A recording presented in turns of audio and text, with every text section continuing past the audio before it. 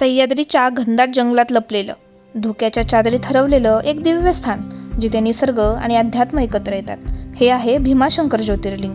पण तुम्हाला माहिती आहे का, या मंदिरामागे एक भयानक राक्षसाची कथा आहे आणि इथूनच उगम पावते एक पवित्र नदी. चला तर मग आज आपण जाणून घेऊया भीमाशंकरचं रहस्य, इतिहास आणि काही आश्चर्यकारक तथ्य.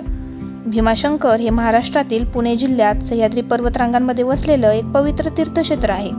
हे भगवान शिवाच्या 12 ज्योतिर्लिंगांपैकी एक मानलं जातं. या मंदिराची रचना नागरशैलीत असून त्यावर पेशवेकालीन वास्तुकलेचा प्रभाव दिसून येतो.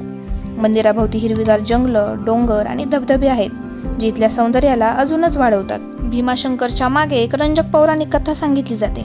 एकदा भीम नावाचा राक्षस होता, जो खूप शक्तिशाली आणि क्रूर होता. त्याने देव आणि मानवांना खूप त्रास दिला.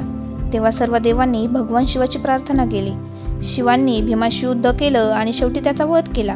युद्धानंतर भगवान शिवाने इथे विश्रांती घेतली आणि त्यांच्या शरीरातून वाहणाऱ्या घामातून भीमा नदीचा उगम झाला असं मानलं जातं. ही नदी पुढे कृष्णा नदीला मिळते आणि महाराष्ट्रासाठी खूप महत्त्वाची आहे. हीच नदी पंढरपूरमध्ये चंद्रभागा म्हणून ओळखली जाते. या परिसरात पावसाळ्यात धबधबे आणि ओढे वाहू लागतात, ज्यामुळे हा परिसर एखाद्या स्वर्गासारखा दिसतो. भीमाशंकरच्या परिसरात एक प्रसिद्ध वन्यजीव अभयारण्य आहे. येथे आढळतो महाराष्ट्राचा राज्य प्राणी शेकरू. तसेच विविध प्रकारचे पक्षी, साप आणि वनस्पतीही येथे पाहायला मिळतात. ट्रेकिंगसाठी हे ठिकाण खूप प्रसिद्ध आहे. पावसाळ्यात इथल्या ट्रेकिंगचा अनुभव तर आयुष्यभर लक्षात राहतो. भीमाशंकरला दरवर्षी हजारो भक्त भेट देतात.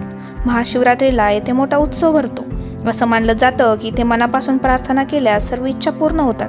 इथलं वातावरण इतकं शांत आणि पवित्र आहे की मन आपोआप ध्यानात लीन होतं. भीमाशंकर हे समुद्रसपाटीपासून सुमारे 3250 फूट उंचीवर आहे. इथलं हवामान वर्षभर थंड आणि आल्हाददायक असतं. पावसाळ्यात येथे ढग खाली उतरलेले दिसतात, जणू आपण स्वर्गात आहोत.